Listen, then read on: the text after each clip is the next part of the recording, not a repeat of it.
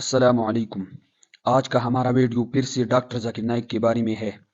ایک عورت نے ڈاکٹر ذاکر نائک سے سوال پوچھا کہ قرآن مجید اور دیگر مذہب کی کتابوں میں لکھا ہے کہ سب سے پہلی جوڑی آدم علیہ السلام اور حضرت حوا علیہ السلام ہے، لیکن سائنس یہ تسلیم نہیں کرتا۔ ڈاکٹر ذاکر نائک نے اس کو خوبصورت جواب دیا، ہم وقت میں پھر سے واپس نہیں لوٹ سکیں گے، تو کس طریقے سے ہم ثابت کریں گے کہ پہلی جو جوڑی ہے وہ آدم علیہ السلام اور بیوی حوا علیہ السلام تھے؟ تو ڈاکٹر ذاکر نائک نے پھر کیا کہا، اس ویڈیو کو آخر تک ضرور دیکھیں۔ My name is Dhanashri Sawan and I'm a student of BE Computer, second year. So I just wanted to ask, is the first pair of human being haven't been proved, but it is not established yet. But now how science will be going to prove it, because we can't go back in time. Thank you. میں نے سوال پوچھا ہے کہ قرآن مجید اور دیگر مذہب کی کتاب میں لکھا ہے کہ سب سے پہلی جوڑی آدم اور ایو تھی، آدم علیہ السلام اور حوا علیہ السلام تھے، لیکن سائنس اسے تسلیم نہیں کرتا۔ ہم وقت میں پھر سے واپس نہیں لوٹ سکیں گے، تو کس طریقے سے ہم ثابت کریں گے کہ سب سے پہلے جو جوڑی ہے وہ آدم علیہ السلام اور بیوی حوا تھے؟ پہلے میں یہ کہنا چاہتا ہوں کہ قرآن مجید ایک سائنس کی کتاب نہیں ہے، SCIENCE، لیکن یہ کتاب ہے سائنس کی، SIGNS۔ یہ آیات کی کتاب ہے، یہ کتاب ہے نشانیوں کی۔ اور قرآن مجید میں سب سائنس کے فارمولا نہیں ہے، لیکن قرآن مجید میں 6000 سے زیادہ آیتیں ہیں، 6000 سے زیادہ نشانیاں ہیں، اور اس 6000 میں سے 1000 سے زیادہ الحمدللہ سائنس کے بارے میں بات کرتی ہے۔ 20% سائنس پروف کر چکا ہے، جو بھی قرآن میں لکھا ہے 100% صحیح ہے۔ ابھی 20% کے بارے میں سائنس یہ کہہ رہا ہے کہ مجھے پتہ نہیں، ان نون۔ اس 20% میں سے 1% ابھی تک ثابت نہیں کیا ہے کہ وہ غلط ہے، اور جو سائنس کہہ رہا ہے کہ 20% ان نون ہے، تو انشاءاللہ آنے والے وقت میں یہ 20% بھی صحیح ہوگا۔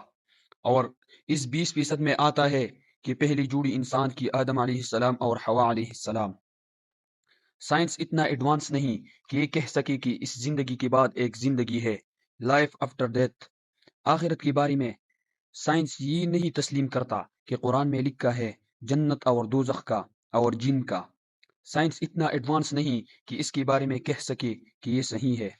میں یہ کہنا چاہتا ہوں کہ سائنس اتنی ایڈوانس نہیں ہے، تو میں کیوں قرآن مجید میں ہر بات پہ عمل کرتا ہوں؟ جو بھی قرآن مجید میں لکھا ہے سائنس کے بارے میں، اگر آپ میری تقریر سنیں گے، مثال کے طور پہ ہم کہہ سکتے کہ 80% سائنس پروف کر چکا ہے کہ جو بھی قرآن میں لکھا ہے 100% صحیح ہے۔ 80% جو قرآن میں لکھا ہے سائنس یہ ثابت کر چکا ہے کہ 100% صحیح ہے۔ ابھی 20% از ایمبیگوس، جو ہمیں پتا نہیں۔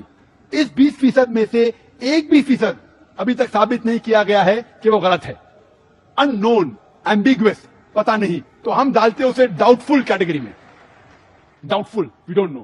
تو میری لاجک یہ کہتی ہے اگر 80% 100% صحیح ہے اور 20% ڈاؤٹ فل ہے، ان نون ہے، ایمبیگوس ہے، اس میں سے 0.1% بھی ثابت نہیں ہو چکا کہ غلط ہے، کیونکہ سائنس اتنی ایڈوانس نہیں ہے کہ اسے ثابت کر سکے، تو میری لاجک یہ کہتی ہے کہ یہ 20% بھی انشاءاللہ صحیح ہوگا۔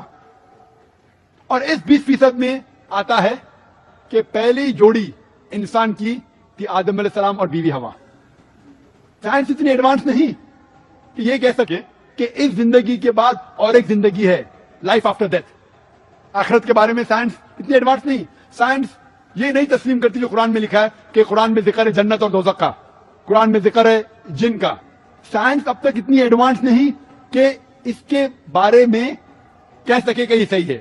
تو بہت سی چیزیں جو قرآن مجید میں لکھی تھی 1400 سال پہلے، اکثر چیزیں سائنس تسلیم نہیں کرتی تھی، لیکن آج سائنس ایڈوانس ہونے کے بعد، سائنس ترقی کرنے کے بعد 80% سے زیادہ ہم یہ کہہ سکتے ہیں کہ سائنس آج تسلیم کرتی ہے کہ 100% صحیح ہے۔ انشاءاللہ ہو سکتا ہے کہ 50 سال بعد، 100 سال بعد، 200 سال بعد سائنس یہ بھی تسلیم کریں گی کہ جنت ہے، دوزخ ہے، جن ہے، اینجل ہے، اور یہ بھی تسلیم کریں گے کہ پہلی جوڑی آدم اور بیوی حوا تھی۔ اگر آپ کو یہ ویڈیو پسند آیا ہے تو چینل کو سبسکرائب کریں اور دوستوں کے ساتھ یہ ویڈیو شیئر کریں۔ تو ملتے ہیں نیکسٹ ویڈیو میں۔